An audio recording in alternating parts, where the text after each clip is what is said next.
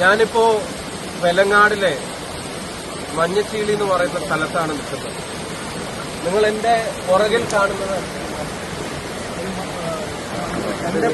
കാണുന്നത് വലിയ ഉരുൾപൊട്ടലുണ്ടായി ആ വനത്തിൽ നിന്ന് കല്ലും മണ്ണും വെള്ളവും പാറയും എല്ലാം ഒഴുകി വന്നിട്ടുള്ള സ്ഥലമാണ്. കാണുമ്പോൾ ഇത് ഒഴുകിക്കൊണ്ടിരുന്ന ഒരു പുഴയുടെ പോലെ തോന്നുമെങ്കിലും ഇവിടുത്തെ ഒരു ഭീകരാവസ്ഥ തിരിച്ചറിയാൻ വേണ്ടി ഞാൻ പറയുകയാണ്. ഇവിടെ ഒരു ചെറിയ കടകളും അതുപോലെ വായനശാലയും നിരവധി വീടുകളുള്ള ഒരു പ്രദേശമായി. ആ പ്രദേശം തന്നെ ഇല്ലാതായ തരത്തിലായി പോയിരിക്കുകയാണ്.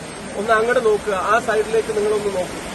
അവിടെ നിങ്ങളൊന്ന് കാണിച്ചാൽ അവിടെയൊക്കെ വീടുകളാണ് ഉണ്ടായിരുന്നത്.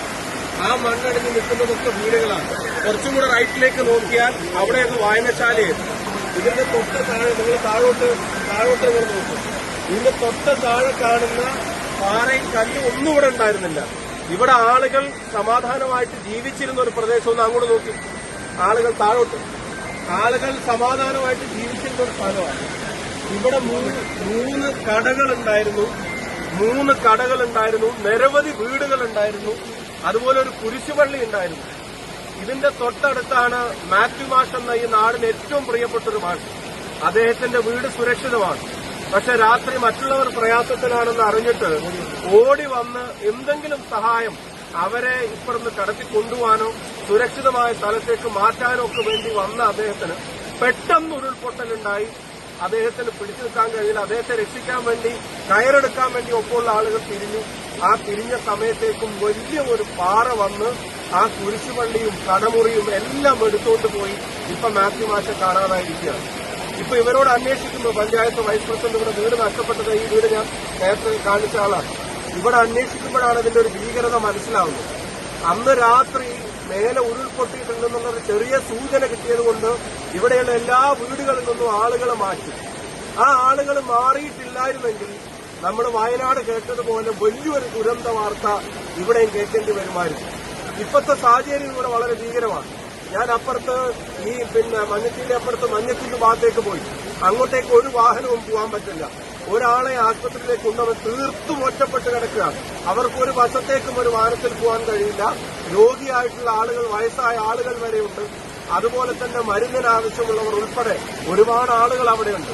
അവശ്യ വസ്തുക്കളൊന്നും അങ്ങോട്ടേക്ക് കൊണ്ടുപോകാൻ കഴിയാത്ത സാഹചര്യം.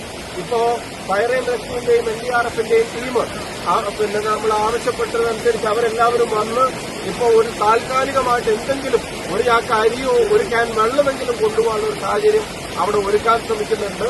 അത് ഏതാണ്ട് ഇന്ന് പൂർത്തിയായാൽ നമുക്ക് കുറച്ച് സാധന സാമഗ്രികൾ ഈ പ്രദേശത്ത് വേണ്ടിവരും എന്ന് മാത്രമല്ല, ഇവിടെ വീട് നഷ്ടപ്പെട്ടവർക്ക് ഇവിടെ ഇപ്പൊ ഞാൻ ഈ നിൽക്കുന്ന സ്ഥലത്ത് എന്ത് നഷ്ടപരിഹാരം കൊടുത്താലും ഇവിടുത്തെ ആളുകൾക്ക് ഒരു വീട് ഇവിടെ പണിയാൻ കഴിയാത്തൊരു സാഹചര്യമാണ്. അതുപോലത്തെ ഒരു ഗുരുതര സാഹചര്യത്തിലാണ് ഉള്ളത്. തീർത്തും ഒറ്റപ്പെട്ടിരിക്കുകയാണ്. വയനാടുണ്ടായതുപോലെ തന്നെ അപകടം ഉണ്ടാവുമായിരുന്നു. ഇന്നലെ രാത്രി ഇവിടുത്തെ പൊതുപ്രവർത്തകരും അതുപോലെ തന്നെ പള്ളിയിലെ അച്ഛനും ജനങ്ങളും നാട്ടുകാരും പഞ്ചായത്ത് വൈസ് പ്രസിഡന്റും ഇവിടുത്തെ ജനപ്രതിനിധികളും എല്ലാവരും കൂടെ ചേർന്ന് എല്ലാവരെയും മാറ്റിയത് കൊണ്ട് മാത്രമാണ് വലിയൊരു ദുരന്തത്തിൽ നിന്ന് ഈ നാട് ഒഴിവായത്. അതിന്റെ ഇടയ്ക്കും മാത്യു മാഷെ കാണുന്നില്ല എന്നുള്ള സങ്കടം നാടിനൊന്നാകെയുണ്ട്.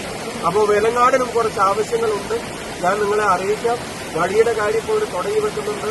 ഒരു മെഡിക്കൽ ടീം ഇങ്ങോട്ടേക്ക് വരാനുള്ള തീരുമാനങ്ങളായിട്ടുണ്ട്. ഫയർ ആൻഡ് റെസ്ക്യൂ NDRFും ചേർന്ന് ഇങ്ങോട്ടേക്ക് ഒരു ജീപ്പെങ്കിലും പോകാനുള്ള സംവിധാനമാക്കിയാൽ ബാക്കി അവശ്യ വസ്തുക്കൾ എത്തിക്കാൻ. ഇവിടെ കറണ്ടില്ല, അതുപോലെ തന്നെ ജനറേറ്റർ ഇപ്പോൾ വർക്ക് ചെയ്യുന്നതില്ലാതായിപ്പോയി. ഒരുപാട് ആവശ്യങ്ങളുണ്ട്. ഞാൻ അറിയിക്കാം. എന്താണെങ്കിലും ഇത് വളരെ ഗൌരവത്തോടെ തന്നെ ഭരണകൂടം കാണേണ്ട ഒരു കാര്യമാണ്. മഴ വീണ്ടും പെയ്യുകയാണ്. ഇപ്പൊ താമസിക്കുന്ന ഇടങ്ങൾ പോലും സുരക്ഷിതമല്ല എന്ന് അറിയുന്നു. കൂടുതൽ കാര്യങ്ങൾ അറിയിക്കാം. ഇവിടുത്തെ അവസ്ഥയും ഞാൻ പൊതുജനങ്ങളുടെയും ഇവിടുത്തെ ഭരണകൂടത്തിന്റെയും മുമ്പാകെ കൊണ്ടുവരികയാണ്. ദയനീയമായ ഭീകരമായിട്ടുള്ള അവസ്ഥയാണ് ഇവിടെ നിലനിൽക്കുന്നത്. ഇടങ്ങൾ പല പ്രദേശങ്ങളെ ഇല്ലാതായിപ്പോയി. പലരുടെയും വീടുകൾ പൂർണ്ണമായിട്ട് ഇല്ലാതായിപ്പോയി. പലർക്കും ഈ വീടുകളിൽ ചെന്ന് താമസിക്കാൻ പറ്റാത്ത സാഹചര്യമായിപ്പോയി. അവരുടെ കൃഷിയും കടയും മറ്റെല്ലാം നഷ്ടപ്പെട്ടൊരു ജനത ഒറ്റപ്പെട്ട് നിൽക്കുകയാണ് വെലങ്ങാട്. ഇവരെല്ലാവരും കൂടെ ചേർന്ന് അവർക്ക് വേണ്ട കാര്യങ്ങൾ ഒരുക്കാൻ ശ്രമിക്കുന്നുണ്ട്. അതിന്റെ കൂടെ നമുക്കും പങ്കാളികളാവാം. ഇവിടെ ഓരോ വർഷത്തിലും സ്ഥിരമായിട്ട് ഓട്ടം നടക്കുന്നതാണ്. പക്ഷേ കേഷ്വാലിറ്റി കുറവ് എന്നല്ലാതെ ഉരുൾപൊട്ടലില്ല എന്ന വർഷം. പക്ഷെ അതിനെപ്പറ്റി ഒരു ശാസ്ത്രീയപരമായ ഒരു പഠനം നടത്താത്തതല്ല ഈ ദുരന്തം അടിക്കടി വർദ്ധിക്കാൻ. ഇതിന്റെ ഒരു പ്രശ്നം നമുക്കത് ഉണ്ടാവുമ്പോൾ നമ്മൾ അതിനെപ്പറ്റി കൺസേൺ ആവും. പിന്നെ അതൊക്കെ ഒന്ന് ഉണങ്ങി ശരിയായി പിന്നെ അതാത് ഇടങ്ങളിലേക്ക് തന്നെ പോകും. ഇന്നലെ തന്നെ അവരാ വീടുകളിൽ നിന്ന് മാറി. ഇപ്പൊ ഞാൻ ഈ നിൽക്കുന്ന സ്ഥലത്തൊക്കെ വീടുകളായിരുന്നു എന്ന് പറയുമ്പോൾ നിങ്ങൾ ആലോചിച്ചു, ഇത് മാറിയിട്ടില്ലായിരുന്നെങ്കിൽ അവസ്ഥ ഉണ്ടാവുമായിരുന്നു. അപ്പൊ അങ്ങനെ പിന്നുള്ള ഒരു സാഹചര്യത്തിൽ ഇവർ എത്രത്തോളം അവർക്ക് ജീവിക്കാൻ കഴിയും അവരുടെ ഇടങ്ങളിൽ നിന്നത് പരിശോധിക്കപ്പെടേണ്ടത് തന്നെയാണ്. അപ്പൊ റവന്യൂ അധികൃതർ ഉൾപ്പെടെയുള്ള ആളുകൾ അതിനനുസരിച്ച് റിപ്പോർട്ട് തയ്യാറാക്കുമ്പോൾ ഇവിടുന്ന് അങ്ങോട്ടുള്ള കാര്യങ്ങൾ അവർക്ക് ജീവനും സ്വത്തിനും സുരക്ഷ ഇല്ലാത്ത സ്ഥലങ്ങൾ അത് അങ്ങനെ തന്നെ രേഖപ്പെടുത്തേണ്ട ആവശ്യമുണ്ട്. ഇപ്പൊ കാണുമ്പോൾ നോക്കുമ്പോൾ ഒരു നഷ്ടം ചിലപ്പോൾ വീടിന്റെ ഒരു ഭാഗത്തൊന്നും ഇടിഞ്ഞിട്ടുണ്ടാവാം, അല്ലെങ്കിൽ അടിയിൽ തറ കീറുക, അതല്ല നഷ്ടം. ഇനി അവിടെ താമസിക്കാൻ പറ്റുമെന്നുള്ളതാണ്. അതിന് സയന്റിഫിക് ആയി തന്നെ ഒരു അപ്രോച്ച് തീർച്ചയായിട്ടും ഇവിടുത്തെ റവന്യൂ സംവിധാനങ്ങൾ ഉണ്ടാക്കേണ്ടതുണ്ട്.